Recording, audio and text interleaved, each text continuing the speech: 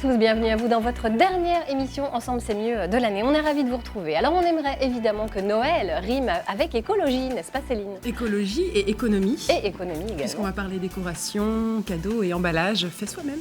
Parfait. Qui dit Noël dit aussi évidemment cuisine et gourmandise et forcément ça c'est le domaine d'Agathe. Oui, je vous ai prévu quelques idées d'apéritifs et de desserts de Noël. On a hâte d'écouter ça. Allez, nous ferons aussi le point sur les traditions de Noël en Bretagne avec des spécificités, vous le verrez, autour notamment de la légende de la ville 10. Et puis pas de jaloux, on s'intéressera aussi avec Christelle au Noël provençal et puis également à une crèche italienne dans le Morbihan. Sans oublier une céramiste dont nous ferons la connaissance. Elle est installée en centre-Bretagne et pour elle c'est un véritable retour à la terre. Voilà, avant cela, on va faire un retour aux traditions de Noël. Je vous le disais, ce sera la thématique principale de cette émission. Bienvenue à tous d'abord. Merci. Vous avez l'air d'avoir la pêche. Et alors en plus, vous êtes tout en beauté. Ça, ah ouais. On est dans l'ambiance Noël, il n'y a pas de problème. Ça va ma Catherine? Ça va Laurence, et vous? Impeccable. Bah vous voyez, Ouais. on scintille de partout. Oui, tel un sapin de Noël. Oui. Laurence, je mets une petite ambiance musicale pour vous. Ah merci. Ah ouais. Voilà. On va tous se détester au bout de 2 minutes. Ah, Noël, les traditions de Noël, hein.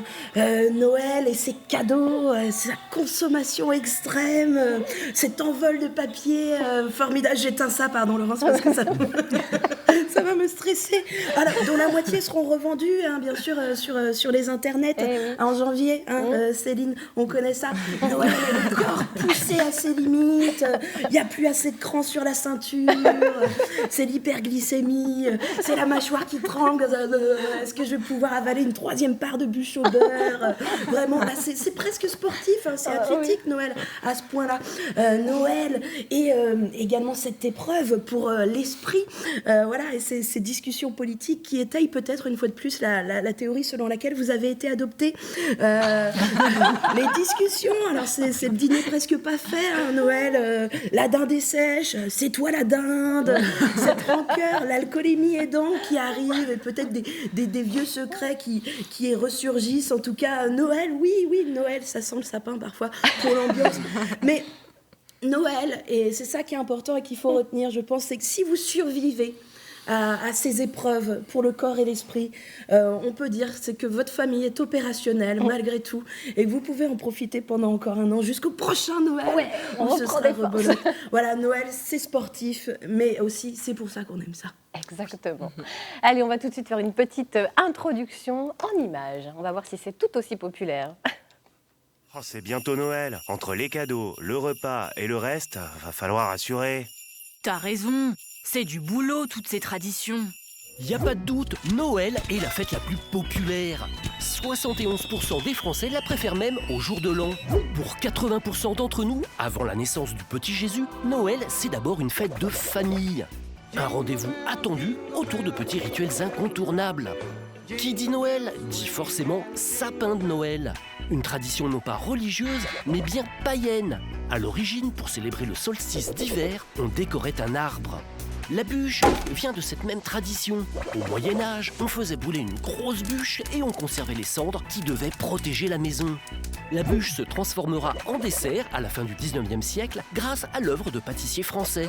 Quant au fameux cadeau de Noël, cela nous vient de Saint-Nicolas, l'évêque qui distribuait des friandises aux enfants sages. Dans les années 50, les friandises seront remplacées par des jouets et autres babioles sous la pression de la société de consommation. Bon, on ne va pas tout vous raconter. Le Père Noël, la couronne accrochée à la porte, les chaussettes à la cheminée, le calendrier de l'Avent, le bisou sous le gui, la crèche, la messe de minuit, le chapon ou les 13 desserts en Provence. À Noël, les traditions sont vraiment à la fête. L'esprit de Noël, la magie, comment ça s'est traduit en Bretagne? C'est ce qu'on va voir tout de suite avec vous. Christophe Méchin, bonjour. Bonjour. Vous êtes le président de la Maison des Contes et Légendes de Cornouailles. Et les traditions de Noël, eh bien, ça fait partie de vos domaines de recherche, on peut dire ça comme ça. Vous êtes une association dont l'objectif est de transmettre ces contes, ces légendes? Oui, tout à fait. Alors, le but de notre association, c'est de promouvoir les contes et légendes de la Cornouaille historique, donc l'ancien évêché de Cornouailles, en Bretonne. Et parmi ces contes et légendes, Noël tient évidemment une place à part, mais pas obligatoirement au sens où on l'entend aujourd'hui, avec la fête, avec les lumières partout. parce que Noël en Bretagne, c'était un petit peu particulier. Ouais. Noël s'inscrivait en fait dans ce qu'on appelait les mises d'août, les mois noirs, qui commençaient donc début octobre et qui se terminaient fin décembre, les mois où la durée du jour était plus courte. Et donc, dès que le soleil tombait, il fallait rentrer chez soi et se tenir à l'abri parce qu'il y avait plein de bébêtes peu recommandables qui se baladaient à partir du moment où il faisait nuit. Donc Noël n'est pas du tout associé à quelque chose de guilleret, pas du tout, c'est pas sombre. Pas du tout, voilà. Il n'y a pas de période de l'Avent festive comme dans le Nord ou dans l'Est. Hein. Pas de montée en puissance comme ça des festivités. Voilà, on ne fête pas Saint-Nicolas en Bretagne. Et donc, en fait, les gens restaient cloîtrés chez eux par peur de ce qu'ils pouvaient rencontrer dehors, jusqu'à la messe de minuit, où l'arrivée de l'enfant Jésus, en fait, protégeait contre les sorciers, contre les démons, et permettait plusieurs miracles. On aura peut-être le temps d'y revenir. Donc c'est la messe de minuit qui met fin à cette mauvaise période, on va dire ça. Et les 12 coups du carillon font émerger une légende particulière, celle de la ville d'Is. Tout à fait. Les 12 coups de carillon de la messe de minuit permettaient en fait à la ville engloutie d'Is de ressurgir des flots. Et si un vivant avait l'occasion d'être présent lors de cette résurgence de la ville d'Is, les marchands de la ville d'Is lui proposaient quelque chose à acheter. Et si le vivant achetait cette chose, eh bien, la ville d'Is ressurgissait définitivement des flots. Le problème, c'est que si Is ressurgit des flots un jour, Paris, qui d'après la légende, le nom de Paris vient de pareil à Is, par Is, Paris doit être englouti. Donc c'est soit Is, soit Paris, mais pas les deux. Donc je sais que Madame Hidalgo fait tout ce qu'elle peut pour qu'il n'y ait personne aux alentours de la baie de Douarnenez pendant la messe de minuit quand Is ressurgira. Mais bon, voilà, c'est ça la légende bretonne, telle qu'elle s'inscrit. Il y a plein de Bretons pour qui le choix serait facile. Je pense, ouais. Je pense aussi, oui, mais les Parisiens, par contre, ne seraient peut-être pas obligatoirement d'accord. Rappelons que c'est une des plus grandes villes bretonnes, quand même, aussi. Paris, non, il y a plein de Bretons, des aussi. Beaucoup de Bretons. Donc il y a une vraie spécificité bretonne, et ça n'est pas la seule. Il y a d'autres traditions pendant la messe de minuit, alors notamment autour de l'Ankou, bien entendu, cette figure. Alors l'Ankou, il faut savoir qu'avant, donc, les gens se faisaient enterrer dans l'église et pas autour, comme ça se fait maintenant. Donc le cimetière n'était pas autour de l'église, mais à l'intérieur de l'église, ce qui fait qu'on avait un problème de place très vite. Et on se débarrassait des os, des squelettes, des défunts, et on gardait juste le crâne qu'on mettait dans une petite boîte, une boîte crânienne, sans jeu de mots. Et donc il y avait dans chaque église, il y avait un coin où on entassait donc les crânes comme ça qu'on appelait le reliquaire. Et si on allait se cacher dans ce reliquaire lors de la messe de minuit, on était sûr de voir arriver l'Ankou. Et l'Ankou donnerait à celui qui se cachait dans ce reliquaire le nom des gens qui viendraient chercher l'année suivante, c'est-à-dire des gens qui allaient mourir. Malheureusement, en général, le premier nom, c'est celui qui écoute. Donc pas de chance. Donc personne n'est revenu pour raconter, évidemment, voilà. Du coup. On pense aussi que les animaux parlent pendant la messe de minuit ? Oui, c'est une des spécificités bretonnes. Les animaux ont le don de la parole pendant la messe de minuit. Alors si quelqu'un vient à surprendre leur conversation, généralement, il y a plusieurs versions de la légende. Alors c'est soit pour révéler l'emplacement d'un trésor, souvent pour aider un maître en difficulté. Une légende célèbre parle d'un chat, d'un âne et d'une vieille vache. Le maître hésite à s'en débarrasser parce qu'il tient quand même à ses animaux. Et il se retrouve à la messe de minuit pour aller dans l'étable. Il entend les animaux parler. Et les animaux révèlent en fait que dans la cour de sa ferme se trouve un trésor et qu'il a qu'à le déterrer pour devenir riche et être à l'abri du besoin jusqu'à la fin de ses jours. Donc le fermier va s'exécuter et puis il va prendre soin de ses animaux jusqu'à la fin en remerciement de ce qu'ils ont pu lui dire, quoi. Donc les animaux ont le don de la parole pendant la messe de minuit en Bretagne. Alors les eaux des rivières changent aussi. Alors les eaux des rivières ont réputation de se changer en vin. Juste pendant la durée de la messe de minuit. Donc il faut se dépêcher. Ça vient là, le bain de minuit, l'envie de se jeter dans les rivières. Tout à fait, peut-être, oui. Et effectivement, ça peut peut-être venir de là. Donc chaque rivière est censée se transformer en vin pendant la messe de minuit en Bretagne. Donc c'est mouvementé quand même la messe de minuit en Bretagne. Alors c'est très court, mais il faut être prêt, quoi. Il se passe plein de choses. Notamment, alors il y a encore une chose, c'est les menhirs ont tendance aussi à se déloger et aller se désaltérer dans la rivière la plus proche pendant la messe de minuit. Ah ben on sait pourquoi maintenant. Voilà, tout à fait. Il y a peut-être un lien de cause à effet. Ah, sans doute. Et par exemple, la légende des pierres de Plouhinec, lorsque les menhirs de Plouhinec s'en vont se désaltérer pendant la messe de minuit, donc ils laissent béant un trou à leur emplacement, et souvent dans ce trou, il y a un trésor. Et là, c'est pareil, vous avez juste le temps des 12 coups de la messe de minuit pour récupérer le trésor, sinon les pierres reviennent et vous écrasent en reprenant leur emplacement. C'est excellent. D'accord. Bon, Est-ce vous savez qu'on peut quoi vous louer pour des soirées du feu, marshmallow, pour raconter les contes comme ça? C'est très chouette. Alors, on peut. Il n'y a aucun souci. C'est soit moi, soit un des bénévoles de l'association. On le fait régulièrement. Vous racontez les histoires comme ça, très bien. Donc, c'est bien. Et les gens peuvent même choisir le thème de la soirée, et puis nous on s'adapte. Donc, c'est fabuleux. Comment vous avez travaillé pour récolter toutes ces légendes, tous ces contes? Alors on fait de la collecte. Alors on a fait de la collecte, on va dire de la collecte orale auprès des vieilles personnes, mais malheureusement il y en a de moins en moins il y en a de moins en moins tout court, et puis il y en a de moins en moins qui connaissent. Avant, le curé connaissait pas mal de choses. Là, il y a de moins en moins de curés aussi, donc ça devient difficile. Et on s'est aussi reporté sur les revues des traditions populaires de la fin du 19e. Dans le mouvement du romantisme, vous avez eu plein de revues qui se sont lancées à la fin du 19e, notamment donc, la revue des traditions populaires, la revue celtique. Et ces gens-là passaient leur temps à collecter les contes et les légendes pour les inscrire, donc pour qu'il y ait de l'écrit, pour pouvoir les perpétuer. Et nous continuons d'ailleurs d'aller puiser dans cette ressource pratiquement inépuisable, tout ce qui concerne les traditions, les légendes, de Cornouailles d'abord, de Bretagne après. Parce qu'elles sont numérisées à la Bibliothèque nationale de France. Tout à fait. C'est une grande chance. Voilà. Merci beaucoup, Christophe Méchin. Alors, on ne va pas faire de jaloux parce qu'on va se diriger maintenant vers le sud de la France, puisque Christelle Molina est avec nous. Et Christelle, vous allez nous parer du Noël provençal. Alors là, c'est une autre ambiance. On change complètement. J'ai moins de légendes à raconter, c'est un peu moins mystérieux. Voilà. Il y a peut-être des trésors aussi, mais je ne les ai pas forcément. Mais c'est plus associé à la lumière, à la fête, pour le coup. Oui, voilà. Oui. Alors déjà, ça commence le 4 décembre. C'est les débuts des festivités, des rites. On fait pousser normalement du blé. Donc, on va mettre dans des petites soucoupes avec du coton. Et donc, 3 soucoupes comme ça. Alors, c'est soit du germé du blé, soit des lentilles. Moi, je sais que dans ma famille, c'est ça. Et donc, quand le blé est germé et avec des pousses et des tiges bien vertes, c'est l'année va être très prospère. Voilà. Donc, ça, c'est annonciateur. Et ces mêmes petites soucoupes, on les met dans la crèche après. Donc ça, c'est la tradition de la Sainte-Barbe. Voilà. La crèche, justement, vous en parlez. Elle a quelque chose de particulier en Provence ? La crèche, la tradition, c'est la crèche vivante. Donc, on va souvent retrouver dans les villages, dans les villes. Je sais que moi, pour être originaire de Nice, il y a une crèche vivante avec des animaux dans la rue, tout près de l'église Sainte-Réparate. Donc ça, c'est magnifique pour les enfants, c'est génial. Et puis sinon, la crèche qui est à proprement parler, qui représente le village provençal, avec tous les petits santons, les santounes, comme on dit en Provence, et qui représentent tous les corps de métier. C'est-à-dire que c'est pas que les personnages même de la crèche, l'entité, le Joseph, Marie, c'est aussi tous les métiers, tous les gens qui, on va dire, le village idéal, quoi.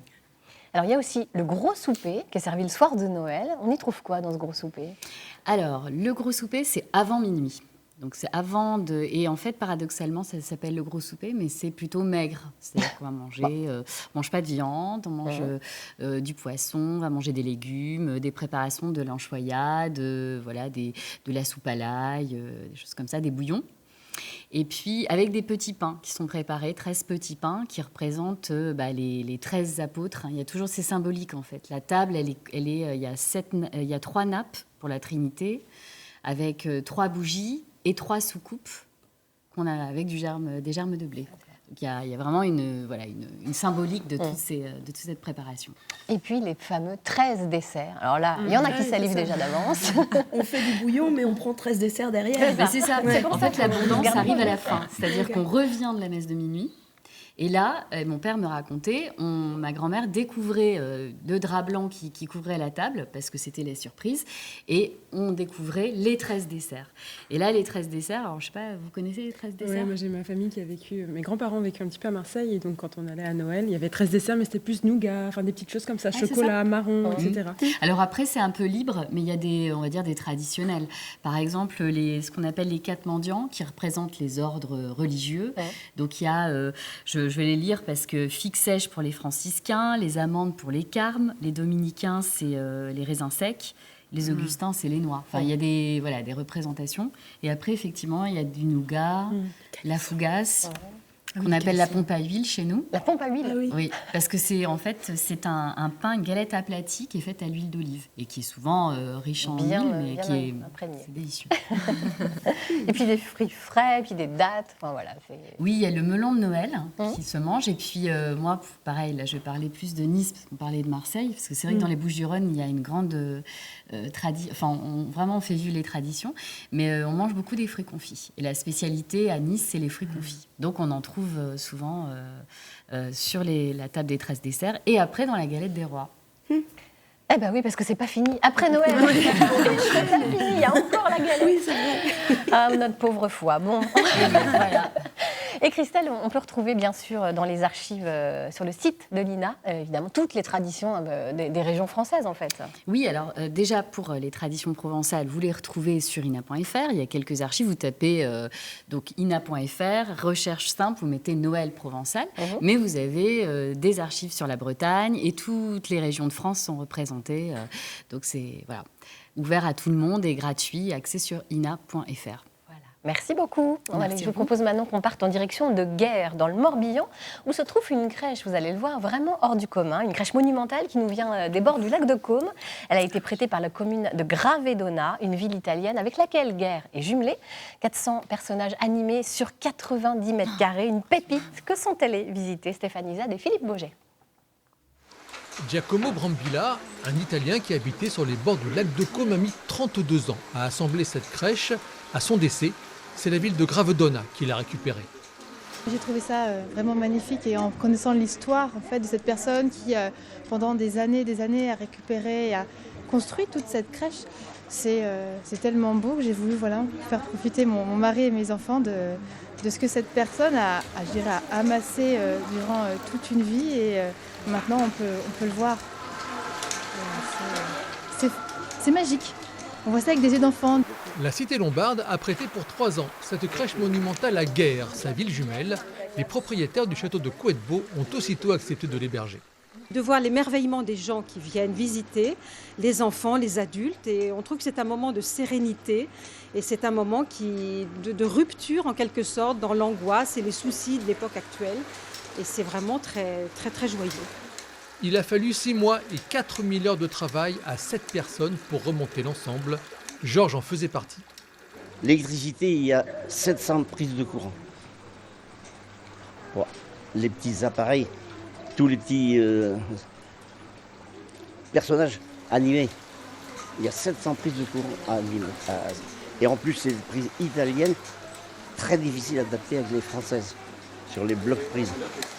800 petits personnages, dont 400 animés. 4000 visiteurs ont profité de ce voyage tout en poésie dans le nord de l'Italie.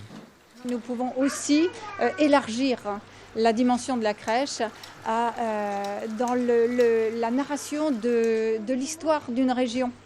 Ça parle de la Lombardie, ça parle de l'Italie du Nord, ça parle de la région de la montagne sur les bords du lac de Caume et ça parle de tous ces anciens métiers disparus. La crèche va malheureusement retourner sur les bords du lac de Caume l'année prochaine. Vous avez jusqu'à Pâques pour l'admirer. Voilà, impressionnant, hein? Ah oui. Vous avez dit, hein? Bon, à visiter donc. Noël, on sait, c'est être ensemble et évidemment prendre le temps de penser à chacun. Céline, aujourd'hui, vous nous soumettez quelques idées de décoration à faire soi-même.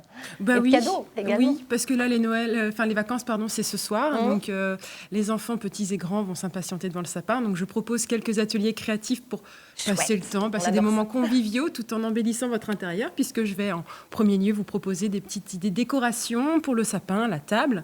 Je vais vous éviter la tradition tradition de l'Ukraine, parce qu'on parle de tradition, et en Ukraine, ils mettent des toiles d'araignée dans le sapin.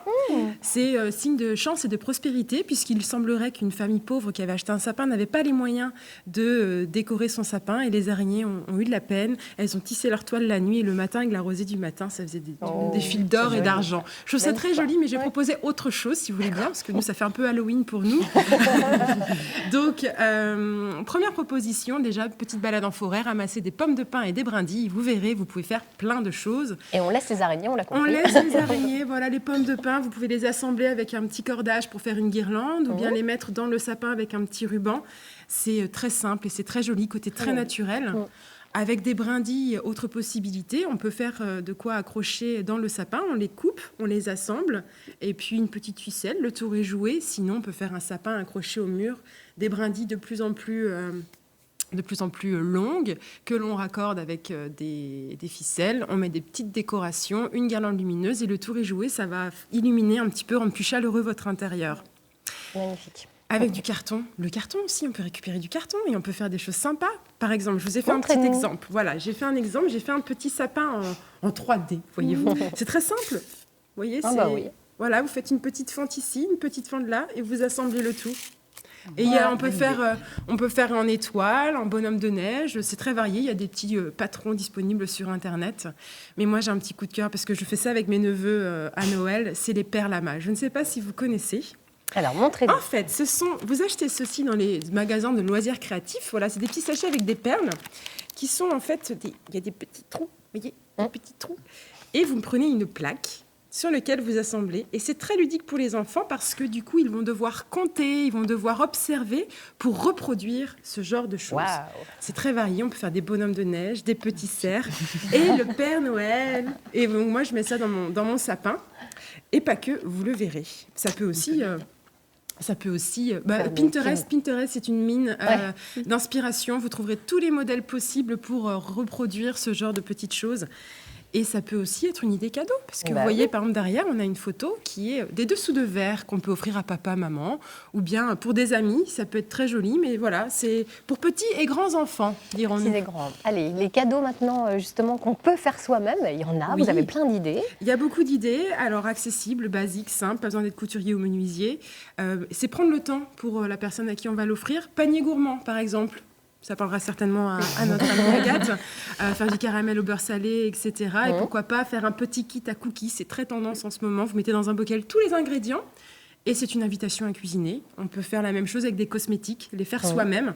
Et d'ailleurs, pour une invitation à le faire, il y a un livre qui peut être ajouté au panier pour savoir comment faire un masque, un shampoing, etc. Ou bien des bougies et photophores, c'est très simple. Il faut acheter de la cire, vous achetez une mèche, vous récupérez un bocal, vous faites fondre le tout et le tour est joué. J'ai trouvé trop mignon un petit morpion mignon. Vous récupérez des galets sur la plage. Celui-là est mignon. Morpion mignon, vous peignez le tout. Et ça fait un jeu très simple. Donc voilà. Sinon, le jeu Qui est-ce ? Vous récupérez votre jeu Qui est-ce qui est dans le fond du placard et vous mettez les photos de famille. Voilà. C'est sympa, ça. Par exemple. Marrant, puis un petit bocal d'intention. Si on peut mettre un petit bocal d'intention avec des idées, des souvenirs, des proverbes, des citations, des petits défis pour égayer la journée de la personne à qui on offrira ce bocal. Ou un conte ou une légende, peut-être. Voilà. Alors, les choses à manger, c'est pas mal parce que les gens se sentent obligés de t'inviter après. C'est ça. Ça peut être intéressant à long terme. Tout à fait. On imagine, Céline, que vous n'allez pas emballer tout ça dans un bon vieux papier plastifié. Non, j'aime pas ça. Pense à l'environnement, évidemment. Exactement, et ça n'empêche pas l'originalité et l'esthétisme. Je vous propose, par exemple, du papier craft. Je n'ai pas avec moi, mais le papier craft est une possibilité. Tout comme le papier journal, je vous en ai fait un extrait. Et vous voyez qu'avec des choses très simples, comme une petite branche de sapin, et on reprend les perlamas. Voilà, j'ai fait un flocon de neige en perlama. Le tour est joué. Sinon, il y a le papier végétal, c'est une tendance, c'est fait à base d'herbes qui existe dans des magasins également. Sinon, vous allez... Il faut éviter les pages des faits divers, par contre. Même les obsèques aussi. Les obsèques, on peut éviter. Je pense que ce sera moins fun. Mais voilà, l'effet est assez sympa, je trouve. Et puis, une autre tendance, vraiment la plus grande tendance en ce moment, c'est le furoshiki. C'est une méthode japonaise traditionnelle où on récupère des foulards, des chiffons. En tout cas, il faut que ce soit carré et on peut emballer de cette façon. Je vous montre, j'ai fait un exemple. Oui, voilà, très c'est beau. du furoshiki, un petit nœud sur le dessus. Voilà. Voilà. Le tour est joué. C'est bien parce que l'emballage vaut écologique. aussi cher que ce qu'il y a à l'intérieur parfois. Oui, mais on le garde, Mais on ne le jette garde. pas. Au moins, on le jette pas. Voilà, Ça, c'est sympa. c'est ça. Donc voilà quelques idées que je pouvais vous transmettre aujourd'hui. C'est super. Si on ne sait pas quoi offrir, là, je ne sais pas ce qu'il faut. Là, franchement, avec toutes vos idées, franchement, on n'a que l'embarras du choix. Merci, Céline. Allez, sachez que la Bretagne, peut-être que vous ne le savez pas, est l'une des principales régions de production de sapins de Noël. Et c'est dans le département du Finistère où il y a l'équivalent de 800 hectares de sapinières. À Briec, un producteur de sapins espère obtenir le label bio l'année prochaine. Alors, c'est un reportage de Louise Cognard et de Sarah Ben Cherifa. Petit ou grand, touffu ou résistant, à chacun ses préférences. À la ferme de Kerley, un seul critère, tous les sapins sont bio. Mais couper des arbres, est-ce vraiment écologique ? Pour les producteurs de cette sapinière, l'empreinte carbone de leurs arbres est nulle. Ils absorbent autant de CO2 qu'ils en rejettent. Le sapin bio, c'est pas que le sapin, c'est l'ensemble de l'environnement au sens large du terme. Donc nous préservons et recréons aussi tout le maillage bocager, qui est en fait notre allié dans la lutte contre certains parasites.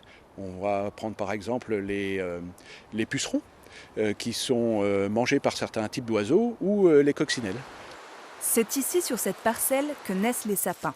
David et Cécile choisissent eux-mêmes leurs graines plutôt que d'acheter des plants chez un pépiniériste. La particularité, c'est aussi de faire, comme on est en bio, de faire tout à la main, parce que pas de produits phytosanitaires.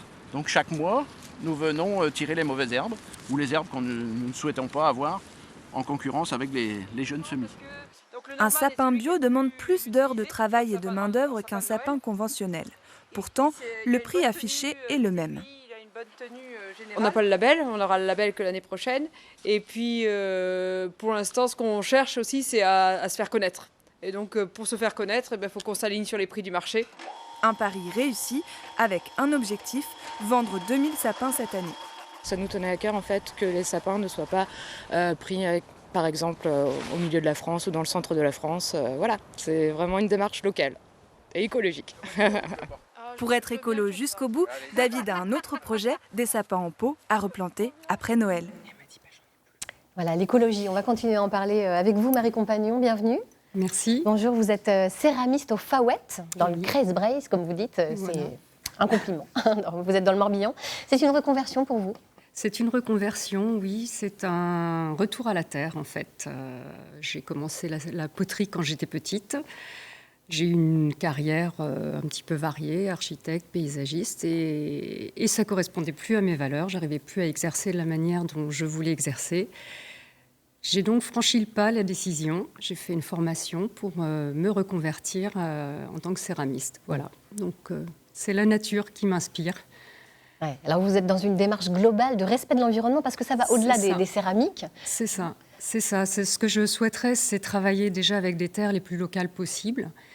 Des émaux que je puisse fabriquer à partir de matières premières que l'environnement m'offre, à savoir des coquilles d'huîtres que je peux calciner et réintégrer dans les recettes d'émail, des cendres également, et installer un atelier qui soit le plus autonome possible, donc avec un four qui fonctionnera au gaz, ça c'est le point un petit peu noir.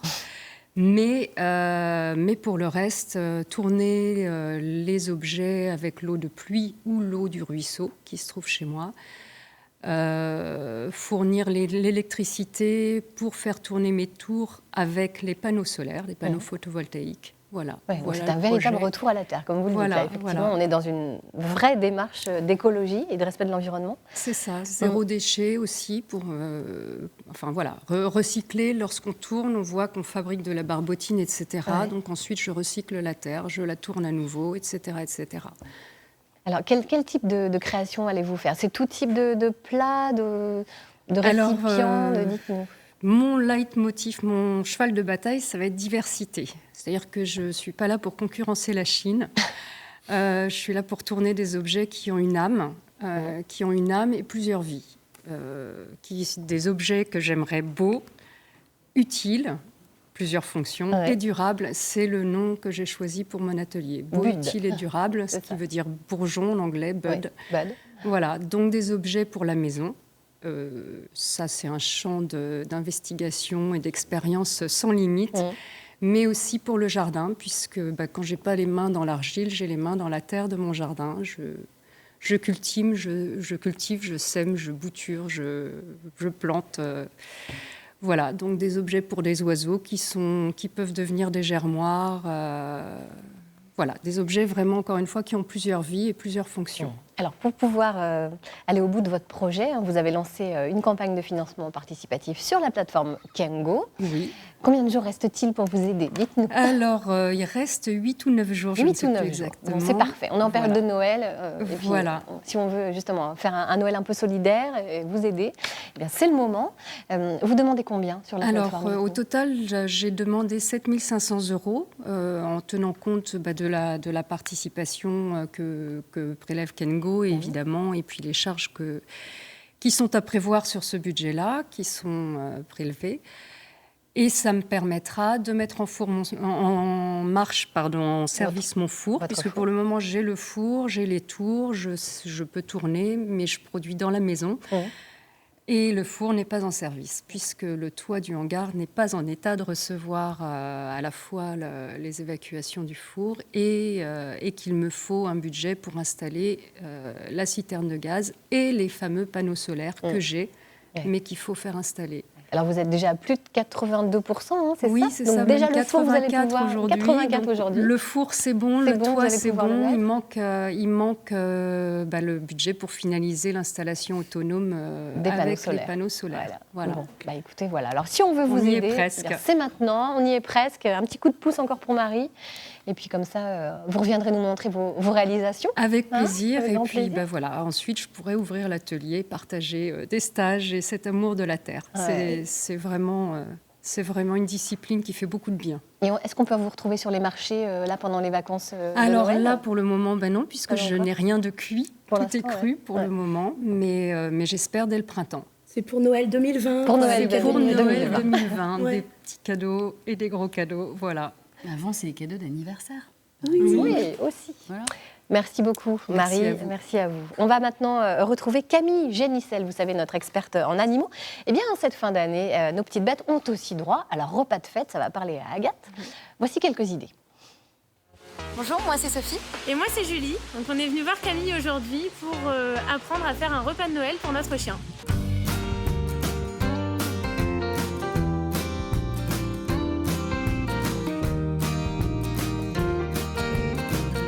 Bonjour Sophie, bonjour Julie. Bonjour Camille. Eh bien il y a du monde.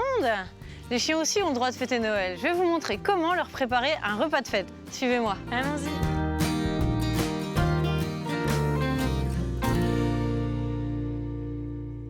C'est Noël, les chiens aussi ont le droit de fêter Noël. Mais vous le savez, il y a des aliments toxiques. Le chocolat par exemple. Pablo qui est à côté de nous, s'il mange cette tablette de chocolat, il peut en mourir.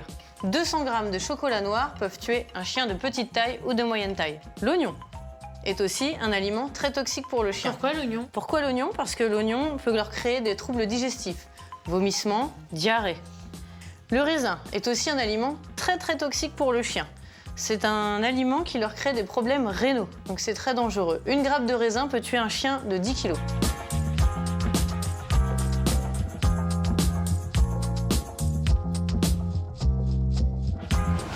Je vais vous montrer comment préparer un bon repas de fête pour votre chien. On va leur faire un tartare haricots verts. Génial. On prend de la dinde, on peut rajouter le jaune d'œuf pour les vitamines. On ne met pas le blanc avec, puisque le blanc empêche l'assimilation des vitamines qu'il y a dans le jaune d'œuf. On lui donne de l'haricot vert pour le transit. Les légumes, c'est toujours important. On rajoute du persil. Le persil va servir à renforcer le système immunitaire et à augmenter la vitalité du chien. Et surtout, ça joue sur leur mauvaise haleine. Et une cuillère d'huile de chanvre sur le plat. L'huile de chanvre qui va nous servir à renforcer leur système immunitaire et à la vitalité du chien.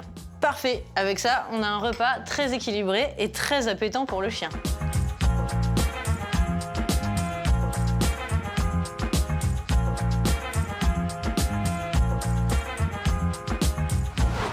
On va maintenant préparer un dessert à base de fromage de chèvre, de miel et de pommes. On va commencer, Julie, si vous voulez bien, par couper quelques morceaux de fromage de chèvre que l'on va placer dans l'assiette. Le fromage de chèvre est très bon pour la santé du chien. Cela leur donne du calcium, mais en plus, il n'est pas gras comme le lait de vache. Très bien. On rajoute du yaourt au lait de chèvre, quelques morceaux de pommes, et on met un petit peu de miel par-dessus le fromage de chèvre. Et voilà, un bon repas de Noël avec les chiens qui font évidemment partie de la famille. Ah, il est content, il veut y aller. Ah, il veut y aller, hein.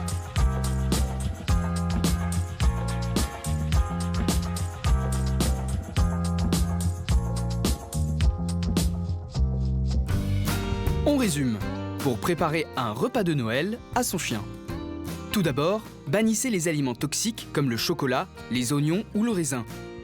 Mélangez de la dinde, un jaune d'œuf, des haricots verts, du persil et de l'huile de chanvre pour un plat équilibré et appétissant.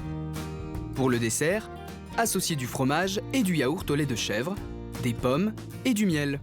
Et voilà comment faire plaisir à votre chien avec un repas sain et savoureux pour les fêtes. Et peut-être pas qu'au chien, en fait. Oui, on mangerait bien ça. C'est très bon. Si on nous retrouve le nez dans la gamelle, bah, on ne s'étonnera pas. Allez. Bon, Agathe, vous avez des idées d'apéritifs et d'entrées de Noël pour nous? Oui, c'est ça. Je me suis dit qu'on n'allait peut-être pas rester que sur les plats et que je pouvais aussi vous donner des idées d'apéritifs ou d'entrées, vu que c'est aussi une partie du repas de Noël. Donc pour le lundi, j'ai pensé à des feuilletés boudin blanc, pommes et foie gras. Donc là, ce qu'il va falloir faire, c'est détailler des disques de pâte feuilletée, étaler un petit peu de mousse de foie gras, mettre des dés de pommes et de boudin blanc, et vous mettez ça quelques minutes au four. Vous avez un petit four original et festif. Chouette. Alors, sinon. Et pour le dessert, des spritz de Noël. Donc là, on est vraiment dans la tradition de Noël puisque c'est un dessert qui est fait à cette période et qui est originaire de Lorraine. Ce mot, ça veut dire gâteau à la douille. Et en effet, c'est un petit biscuit sablé et sucré qui doit sa forme à une poche à douille cannelée. C'est vraiment très facile à faire qu'avec des ingrédients qu'on a dans nos placards et en plus ça se garde super longtemps, donc idéal pour cette période. Ça se garde longtemps. Ça dépend. On sait très bien je pense que non, ça se garde pas longtemps en fait. Alors pour le mardi. Pour le mardi, des crackers de pommes de terre. Donc là, ce qu'on va faire, c'est utiliser la pomme de terre comme toast en fait. On va pouvoir mettre ce qu'on veut dessus et puis ça va convenir à tout le monde puisque ça va être vraiment végétarien, végétalien, sans gluten. Ça peut convenir à tous les régimes. Vous étalez ce que vous voulez dessus. Et pour ça, il va falloir couper des fines tranches de pommes de terre, par exemple à la mandoline, les enrober d'huile, de sel, de poivre et mettre ça environ 25 minutes à 200 degrés au four. Des chips. Des chips, on aime bien ça. C'est un peu ça, mais il y a un petit goût quand même vraiment moelleux de la pomme de terre aussi.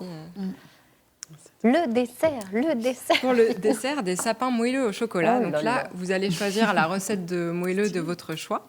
Une fois que votre gâteau est cuit, vous coupez des parts triangulaires. Donc là, vous voyez, on a notre sapin qui se dessine. Pour le décorer, on va choisir une guirlande en chocolat blanc, par exemple. Et on vient décorer avec quelques décorations en sucre et le tour est joué. Sympa ça, c'est facile à faire en plus. Et si vous voulez même que le tronc soit comestible, vous pouvez planter un mikado, vous savez, c'est biscuit long. C'est une bonne idée. On ne laisse rien. Jusqu'au tronc. On va les gourmands. Hein. Alors le mercredi. Le mercredi, des mini pizzas de Noël. Donc là, encore une fois, c'est très facile à faire, déclinable à l'infini. Vous prenez une pâte à pizza ou vous l'achetez. Vous prenez vos plus beaux emporte-pièces de Noël pour faire des étoiles, des bottes de Noël, ce que vous voulez. Et vous garnissez avec les ingrédients de votre choix. C'est vraiment facile et ludique à faire avec les enfants. Et puis pour le dessert, j'ai pensé qu'on pouvait rester dans le ludique à faire avec les enfants, avec des brochettes de fruits Père Noël. Oh, c'est super sympa. C'est des fruits parce que je me suis dit qu'on allait quand même pas mal manger et que ça nous ferait pas de mal une petite pause légère. Donc vous aurez besoin de pommes et de bananes. À la base, j'avais repéré cette recette avec une fraise pour le chapeau, mais c'est pas vraiment de saison, donc je me suis dit qu'on pouvait utiliser les pommes qu'on trouve en Bretagne, des galas ou des rainettes qui ont la peau rouge. Et voilà, vous pouvez faire. Donc, vous aurez besoin de 2 bananes et une pomme pour 8 brochettes à peu près. Vous faites des yeux et une bouche avec du chocolat et vous avez vos Père Noël. C'est sympa ça. Ouais, c'est très chouette. Et des micados aussi. Et micados aussi. On peut aussi utiliser les micados. Le jeudi.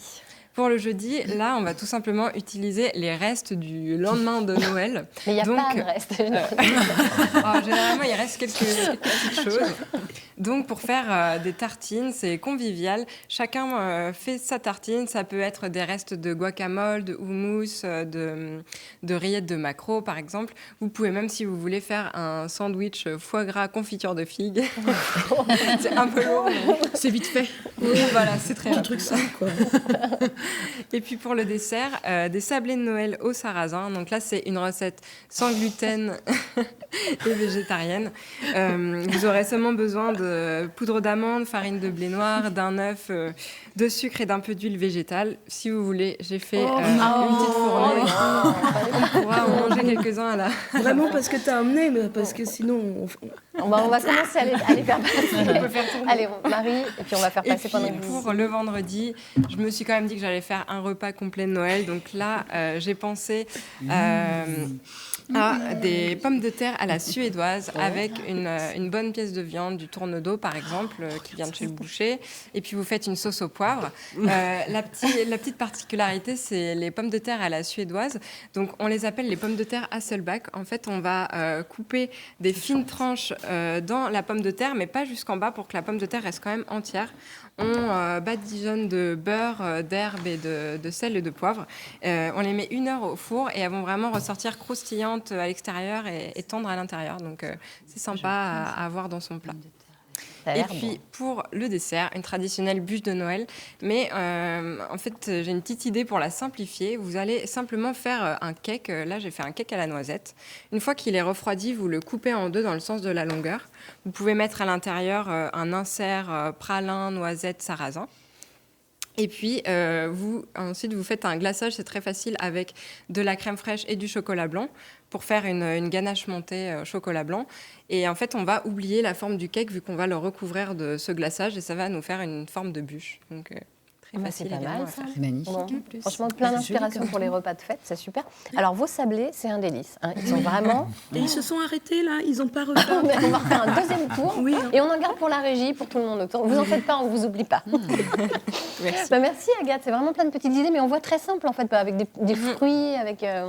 un mi-cadeau, on n'a pas oublié, ça c'est la petite astuce du jour. Oui. Et donc il y a moyen de faire plaisir aux petits et aux grands de manière assez simple, même quand on n'est pas un grand cuisinier. Oui. Et d'ailleurs, je rebondis sur ce que tu disais, Céline. Je pense que moi, je vais faire du granola pour des petits cadeaux sous le sapin. Mais ça fait partie des suggestions bocaux, dans le panier gourmand, effectivement. Ouais. C'est pas mal comme ça. Un mélange de céréales et peut-être de fruits. Des fruits confits. Oui, des petites pépites de chocolat noir avec des amandes. Ouais. Mais en fait, quand vous offrez ça, puis alors après, on verse tout dans un... Enfin, quand on nous offre ça, comment on fait? On verse tout comme ça après, mélangé? Alors ça, c'est le kit de pâtisserie, du coup. Oui. Bah, après, il me faut rajouter l'œuf, quoi. Mais sinon, toutes les quantités et sont dans le bocal. Et il n'y en a plus qu'à faire. Il n'y a plus qu'à faire. Tout à fait. Merci. Eh bien, écoutez, voilà, on a plein d'inspiration. Je pense que le petit renne en fond sonore pour la conclusion, ce serait l'idéal, ma chère Catherine. C'est déjà fini. Voilà, on se retrouve lundi 6 janvier à 10h45. Dans quelques instants, vous retrouvez votre itinéraire Bretagne, une série proposée cette semaine par Baptiste Galmiche autour de la mer et de ses bienfaits. On vous souhaite une excellente journée sur France 3 Bretagne. Ah, merci. Des belles fêtes de fin d'année, des bonnes vacances de Noël. On se retrouve en 2020. Prenez soin de vous, qui est là-haut. Merci.